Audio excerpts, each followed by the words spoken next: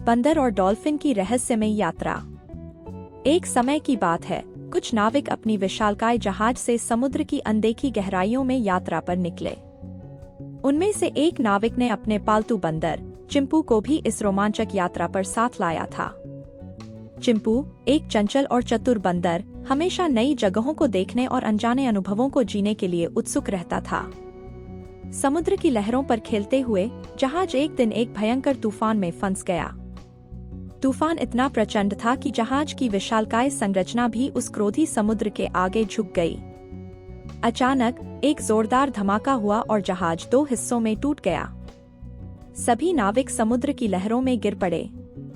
चिंपू भी पानी में गिर गया और अपनी जान बचाने के लिए संघर्ष करने लगा।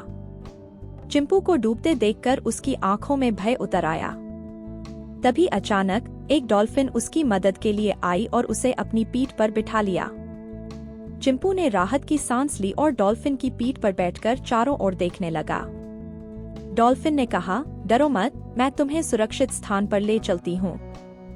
कुछ ही समय में वे एक अनजान द्वीप पर पहुँच गए। डॉल्फिन ने चिंपू को किनारे पर उतार दिया और पूछा, क्या तुम इस जगह को जानते हो? चिंपू ने कुछ सोचकर कहा, हाँ, मैं इस जगह को जानता हूँ। यहाँ का राजा मेरा बहुत अच्छा मित्र है।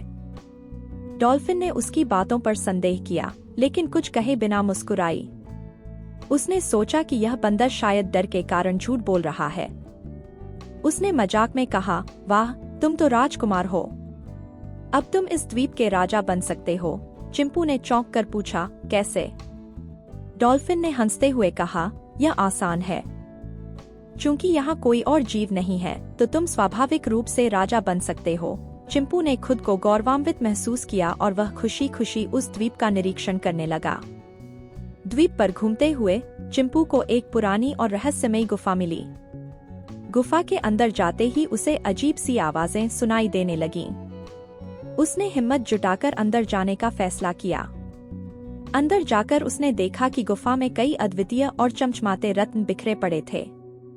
उसकी आंखें चमक उठीं। उसने तुरंत ही उन रत्नों को बटोरना शुरू कर दिया। जैसे ही उसने पहला रत्न उठाया, गुफा की दीवारें हिलने लगीं और गुफा के अंदर का वातावरण बदलने लगा। चिंपू डर से कांप उठा।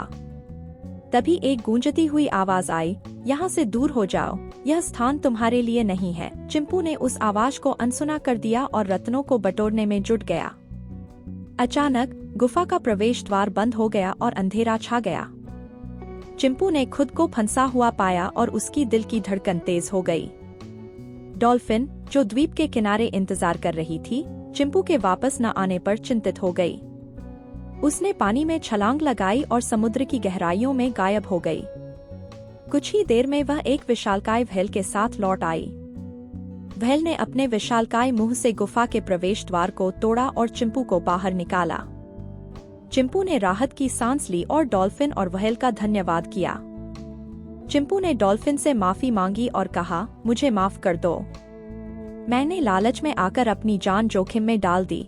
डॉल्फिन ने उसे समझाया, सच्चा राजा वही होता है जो अपने प्रजा की भलाई के बारे में सोचता है, न कि अपने स्वार्थ के लिए किसी को हानि पहुंचाता है। चिंपू ने डॉल्फिन की बातों को ध्यान से सुना और अपनी गलतियों से सीख ली।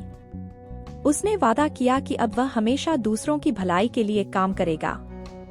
डॉल्फिन ने उसे गले लगाकर कहा, अब तुम सच में इस द्वीप के राजा बनने के लायक हो। इस प्रकार चिंपू ने अपने साहस, बुद्धिमानी और उदारता से द्वीप पर एक नए युग की शुरुआत की। उसने अपनी प्रजा के साथ मिलकर उस द्वीप को खुशहाल और समृद्ध बना दिया। और डॉल्फिन, उसकी सच्ची मित्र, हमेशा उसके साथ रही, उसकी हर मुश्किल घड़ी में उसकी मदद करती रही। कहानी का अंत। इस कहानी से हमें यह सीखने को मिलता है कि सच्चा नेता वही होता है जो अपने स्वार्थ से ऊपर उठकर दूसरों की भलाई के लिए काम करता है। लालच और झूठ से कुछ भी हासिल नहीं होता, बल्कि सच्चाई और ईमानदारी से ही सच्ची सफलता मिलती है।